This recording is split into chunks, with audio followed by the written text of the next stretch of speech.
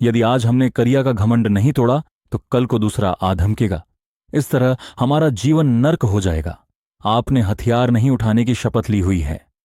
आपकी ली हुई शपथ जिंदा रहेगी। हम दोनों भाइयों ने शपथ नहीं ली हुई है और न ही महोबा के बाकी वीरों ने कोई शपथ ली हुई है।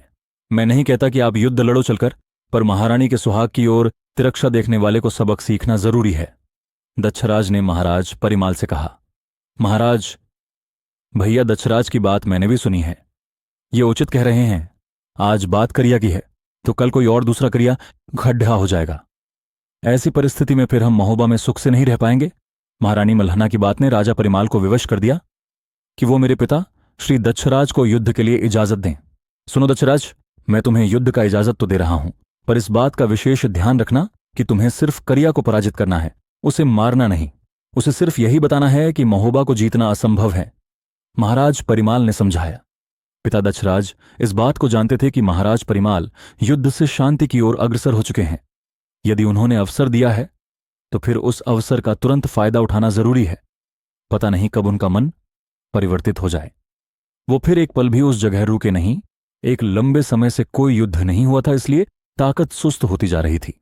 तलवारों की धार भी गोठिल हो चुकी थी। तलवार की धार तभी तक तेज रहती है जब तक वह रक्त स्नान करती रहती है। आज उनके तलवार की शिकायत दूर हो जाने वाली थी। वो सीधे पहुंचे बछराज के पास और बोले, छोटे, अवसर मिल चुका है। अपने सिर में फेंटा बांधो और अपना तलवार उठाओ। बहुत नहाया तो गंगा जल से अब बारी आ गए। बाएं रक्त स्नान कहे। करिया, महारानी कहे 9 लखा हार लिए आई, गवा बाएं। जल्दी से घोड़ा लिया सजाए। जैसे ही बड़े भाई की बात बछराज ने सुनी, खुशी से अपने बड़े भाई को अपनी बाजुओं में उठा लिया और बोले, यह जो खुशखबरी आपने मुझे दी है, लगता है जैसे शरीर में बिजली भर गई है। बहुत दिन से मन दुखी था कि योद्धा होकर जन्म लिया, पर सब बेकार गया। जब हकीकत में मौका नहीं मिला तो फिर स्वप्न में हम बहुत युद्ध लड़े, लेकिन आंख खुलने के बाद मन दुखी हुई गवाह। सब झूठ निकल गया। चाचा बछराज ने अपने मन की खुशी को अलग तरह से अभिव्यक्त किया।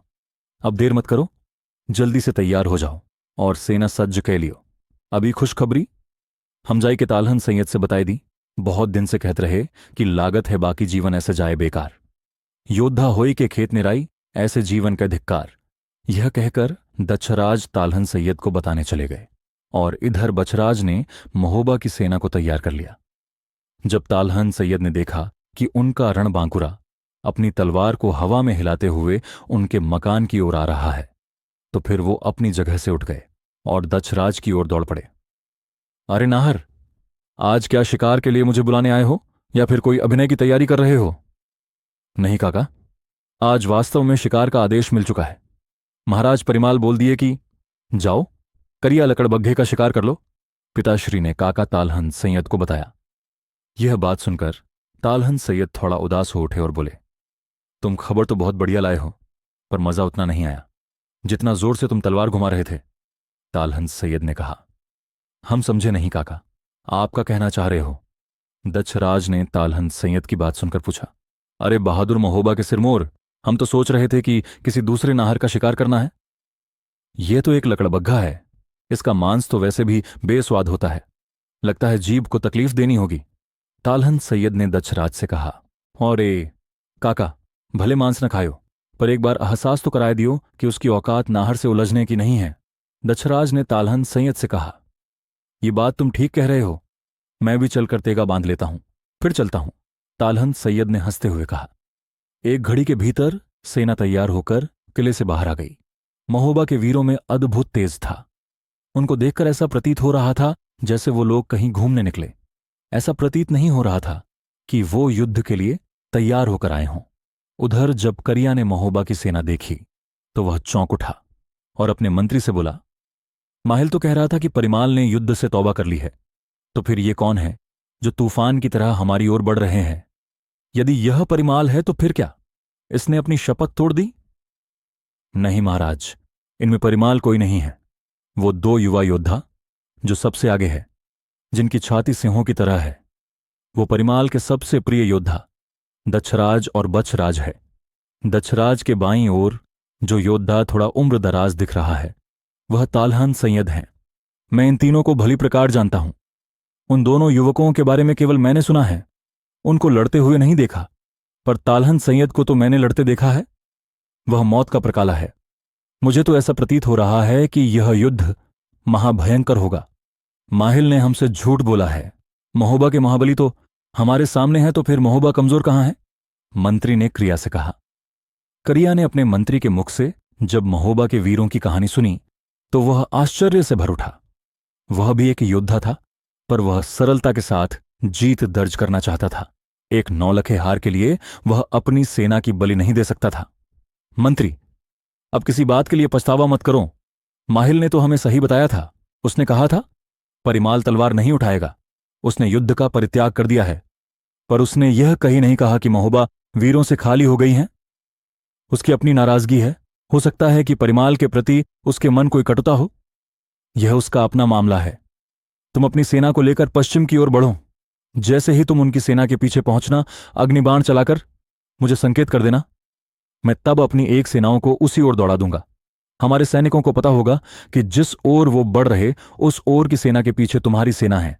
तुम दोनों ओर के योद्धा उसकी फौज के उस हिस्से को घेर लेना और फिर उनको चुपचाप यमलोक भेज देना। दोहरे आक्रमण के लिए कोई भी सेना तैयार नहीं रहती। ऐसे ही तुम बाकी की फौज के साथ करना। रही इनके इन सरदारों की बात, तो निश्चिंत हो जाओ। उनका घमंड मैं अकेला ही तोड़ दूंगा। करिया ने अपनी ताकत के मद में चूर होकर कहा। उसके सिपाहियों ने उसकी बताई हुई योजना के तहत आगे बढ़ना शुरू किया। उधर वह माहिल दूर छुपा हुआ महोबा की बर्बादी को देखना चाहता था। वह खुद को सामने नहीं ला सकता था। यदि वह ऐसा कुछ करता तो वह राजा परिमाल की दृष्टि में आ जाता। इधर तालहन सैयद ने सेना की एक सेनाओं को खामोशी से जब अपनी सेना की ओर न बढ़कर बाहर की ओर निकलते देखा तो उसे समझ में आ गया कि करिया दोहरी मार करने का मन बना रहा है। यह देखते ही उन्होंने चाचा बचराज के नेतृत्व में एक सेनाओं को उल्टी दिशा से उसी ओर रवाना कर दी जिस ओर क्रिया का मंत्री जा रहा था। यह महोबा का इलाका था। इसके एक एक चप्पे से महोबा वाले परिचित थे। करिया का मंत्री सेना लेकर खुशी खुशी पीछे की ओर जा रहा था, तभी अचानक उसे अपने सामने सैनिकों के कदमों की आहट सुनाई पड़ी। वह आश्चर्य में भर उठा। उसकी योजना तो बहुत ही जबरदस्त थी, फिर इसकी खबर महोबा वालों को कैसे हो गई? उसने अपनी सेना को और ज्यादा धीरे चलने को कहा। बेचारे मंत्री की सोच से परे भी बात हो गई। अरे वो करिया के योद्धा, क्या सोचकर तुम इस ओर आए थे? तुमने सोचा कि महोबा वाले बिना बुद्धि और ताकत के हैं। आज तेरी और तेरे बाप करिया की यही चिता जलाएंगे। तुझे मैंने पूरा अवसर दे दिया है अपनी ताकत का परिचय देने का। यदि तूने इस अवसर को छोड़ दिया तो फिर मुझे दोष मत देना। बचराज की चेतावनी सुनकर मंत्री कांप उठा। उसके राजकुमार करिया और उसने मिलकर जो योजना थी वह अब धराशायी हो चुकी थी। अब बस एक ही तरीका था, युद्ध लड़ना। उसने आखिर अपने सैनिकों को युद्ध के लिए आगे बढ़ने को कहा। बचराज और करिया के मंत्री के मध्य भयंकर युद्ध शुरू हो गया, पर वह ज्यादा देर इस बचराज की सेना कोई मुकाबला नहीं कर सकता। आखिर वह मंत्री और उसके साथ के सैनिक थक गए। यह समाचार जब करिया को मिला तो वह क्रोध से भर उठा। उसने अगली योजना छोड़ दी और सीधे तलवार लेकर दक्षराज की ओर चल पड़ा। वह जाने को तालहन सैयद की ओर बढ़ जाता, पर वह इस बात को जानता था कि तालहन से उलझने से उसे काफी नुकसान हो सकता था। युद्ध नीति के अनुसार उसे दक्षराज ज्यादा आसान योद्धा दिखाई पड़ रहा था। जैसे ही वह दक्षराज के समक्ष पहुंचा, दक्षराज ने अपने घोड़े का मुंह इसी की ओर मोड़ दिया। अब दोनों योद्धा आमने सामने थे। दोनों में भयंकर युद्ध होने लगा। इधर बचराज ने क्रिया की उस सैनिकों का तहस नहस कर डाला। यह समाचार क्रिया को जैसे ही मिला, वह पीछे को हटने लगा। उसने समझ लिया कि उसकी योजना बेकार सिद्ध हो गई। जल्दबाजी में लिया हुआ उसका निर्णय अब खुद उसी पर भारी पड़ने वाला था। इधर तालहन सैयद ने उसकी फौज को गाजर मूली की तरह काटना शुरू किया। थोड़ी ही देर में जो सेना लेकर वह आया था, उस सेना का चौथाई भी नहीं बची। करिया को अपनी हार स्पष्ट दिखने लगी थी। यदि वह पीछे नहीं हटा तो यह तय था कि उसकी मौत भी हो जाती। वह 9 लाखा हार लेने आया था, और यहां हार तो बहुत दूर की बात हो गई थी। उसकी खुद की जिंदगी खतरे में फंस गई थी। उसका एक सिपाही उसके करीब पहुंचा और बोला, राजकुमार, यदि मेरी बात मानो तो आप तुरंत निकल जाओ। तब तक मैं इस मोर्चे पर खड़ा रहूंगा। यदि आपने मेरी बात पर ध्यान नहीं दिया तो अपनी जान नहीं बचा पाओगे। जल्दी से निकलो। जान रहेगी तो फिर से टकरा सकोगे, यदि मर गए तो फिर कैसे बदला लोगे? करिया को अपने सरदार की बात उचित लगी और फिर उसने अपने अश्व को पीछे लिया। अश्व घुमाकर जैसे ही वह युद्ध भूमि से भागा, दक्षराज ने उसे देख लिया। उन्होंने वहीं से चिल्लाकर कहा, अरे राजकुमार करिया, 9 लाखा हार लेकर जाओ, ऐसे चुपचाप भागना उचित नहीं। करिया ने दक्षराज की बात का कोई उत्तर नहीं दिया। वह अपने अश्व को दौड़ते हुए भाग गया। महोबा के रणबांकुरों की जीत हो गई। तुरंत यह युद्ध रोक दिया गया। सैनिक जीत की खुशी मनाने लगे। महोबा के योद्धाओं ने करिया जैसे बलवान राजा को हरा दिया था। इस बात का यह फायदा होने वाला था कि दूसरा कोई भी राजा अब इस ओर सोचकर आएगा। आगे की कहानी सुनने के लिए चैनल को सब्सक्राइब करें और कमेंट बॉक्स में लिखें जय महाकाल।